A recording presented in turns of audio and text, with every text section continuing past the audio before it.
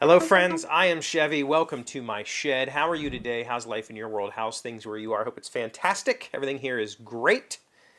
It is Wednesday. Oh, Wednesday before Thanksgiving. And, yesterday we talked a good bit about me not knowing how to teach. And I've thought a bit about it, reflected on it some last night. And I think that, uh, so Carl in 20 games said something along the lines of, I think the secret it would be to give the kids, like, don't work on a project of mine, work on a project of theirs. And I have done that. I've done that in the past, and that actually works really, really well because the finality of that piece is kind of like on them, right? And I think that I need to just learn to apply that mentality when I'm working with other people. Like, this is their project, not mine, right? At that point, if they're going to come ask to help, I've got to put the project on their shoulders and go, all right, the outcome of this is up to you. Like, what do you want to do?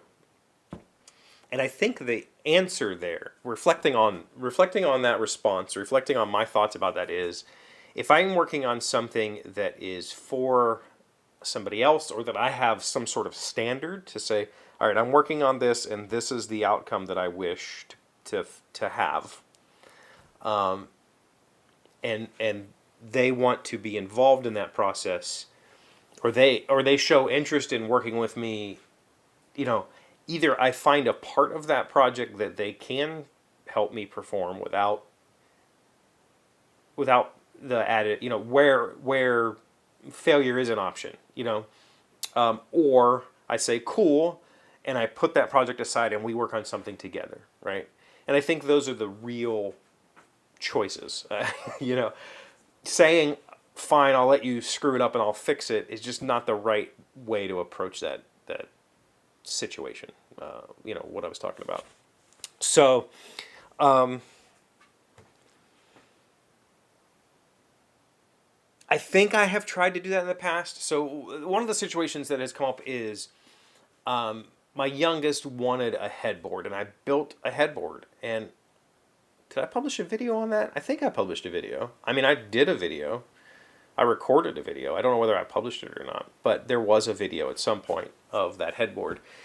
And when I started, my kid said, I want this thing, and I said, cool, help me build it. And so for the first few hours, we worked on it together, talked about the design, talked about the whys and hows. My youngest doesn't like loud noises, and so the power tools were intimidating, and eventually I lost the interest, right? So it became me finishing the project until it came back around to being able to do the painting or the whatever. In that particular project, I didn't necessarily care too much how it turned out. I wanted to make it nice, but it didn't really have to be fantastic. It was just a headboard made out of slats of wood that we decided to stain kind of semi-transparent gray or whatever. And I think I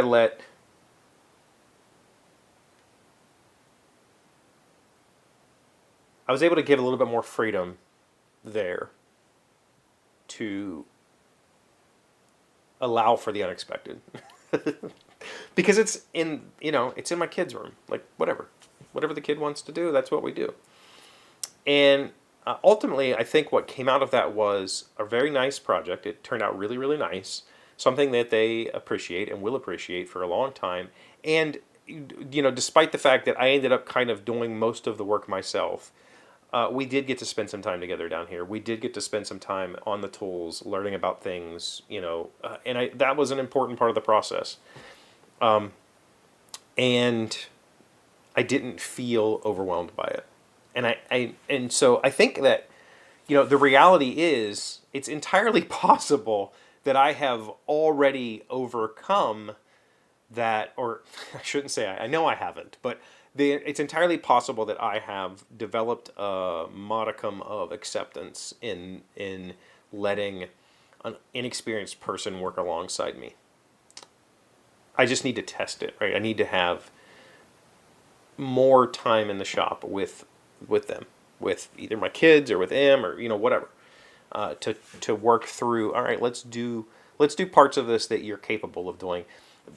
If I come down here and my goal is to cut intricate joinery with a hammer and chisel, that isn't the time to say, yeah, sure, here's a hammer and chisel, right? But let's think about, wait, are there other parts of this project that you're capable of doing, and I don't feel like it's going to be something I have to fix, and let's do that. So even though my intent was to do this, and I will probably get frustrated when I have to alter, my intent for the day, because my intent is usually what drives me. The intent is I'm going to cut these joints. That's what I want to accomplish today. If I come down here and I start on that process, and then I've got somebody else going, hey, can I help? And I have to switch gears, yeah, that's going to irritate me, but that's not their fault, and that's an entirely an internal process. I think that I can make that switch and say, cool, let's do this instead. And I think that's what I need to learn how to do a little bit better and be a little bit more gracious with my time, and less demanding of my expectations. Which is the reason why I've never coached my kid at soccer, because I know that I'm demanding in that regard. So it's going to be a learning process. I'm hopefully that I've got plenty of time to figure it all out. And M's dad is fantastic. Like, he really is fantastic. He taught me how to weld one day, and I'm just as patient as possible. And so spending time with him, working on projects with him, has been very enlightening. And in terms of how he approaches that sort of stuff, it's just like, cool, let's just walk it along. This isn't a sprint. I just got to pick those things up. That's it. So just another weird rambling video. Tomorrow, Thanksgiving. Hopefully you get to spend some time with your family. So let me know if you got any big plans. Thank you for being here as always. Thank you for liking, commenting, subscribing, being amazing friends and wonderful people. I really appreciate you. And I'll see you again tomorrow. Today's word you should know to sound smart is opprobrium. It is a noun meaning disgrace incurred by outrageously shameful conduct. Natasha incurred opprobrium when, in a fit of anger, she deliberately smashed her Waterford crystal wine glass at the Smithington's annual Thanksgiving gala. Opprobrium. Opprobrium. I mean, that's a cool word, and I like it.